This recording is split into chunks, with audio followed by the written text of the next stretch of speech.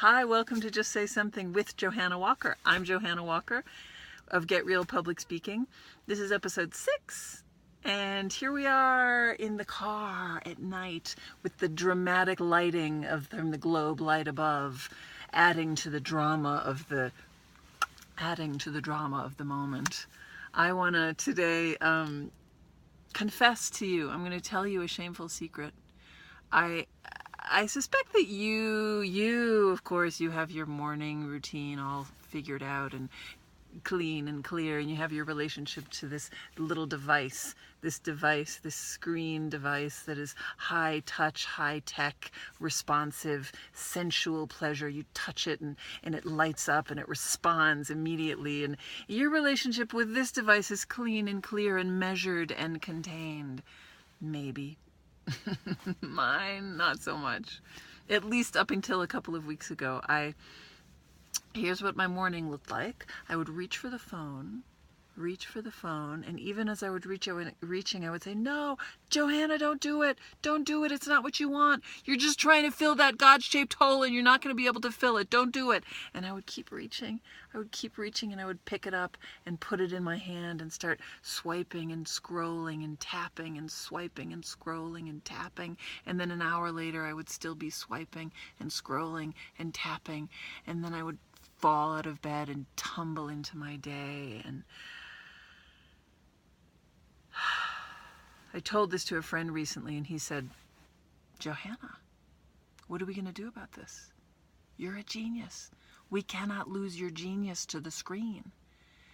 And so we made a pact. And so what happened is he was able to convey the stakes. What's at stake here? When I talk about telling stories, I always talk about stakes. What are you at risk of losing? What is it that you want that you may or may not get? Those are the stakes. And I suddenly I grokked the stakes that my own genius was at stake.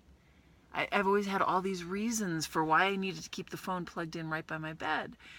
And it became clear that none of those reasons were worthy of trading in my genius for.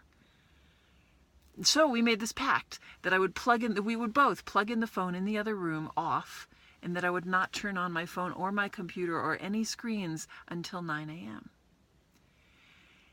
And what this means is that in the morning I get to read and write and take a walk, put my feet on the land, and I eat my breakfast slowly, and I look out the window, and I play the piano. And when I sit down at my computer at 9 o'clock to work, I have attention, and I have presence of mind, and I have myself. And so what I want to say is now in these times, certainly in all times, but especially now, we cannot afford to be elusive to ourselves. We cannot afford to be shut down to ourselves in any way. And so I ask you, where are the places in your life? Maybe it's not the morning, maybe it's not the phone, maybe it's not the screen, but where are the places where you've traded in your genius for something else? You've traded in your genius for some comfort thing, some little addiction or obsession, or maybe you've traded it in for your self-doubt or for your fear. I'm here to say, what are we going to do about that? You're a genius. We cannot lose your genius to you fill in the blank. So what would it take? What would it take to stand for yourself and stand for your genius? I stand for my genius and I stand for your genius, and I'm going to fight for it and insist on it. Insist on it so that we can go into the world and stand for what you stand for and speak for what you speak for and fight for what you want to fight for. And that you get to do it with your full self and your full voice and your full agency and your full power.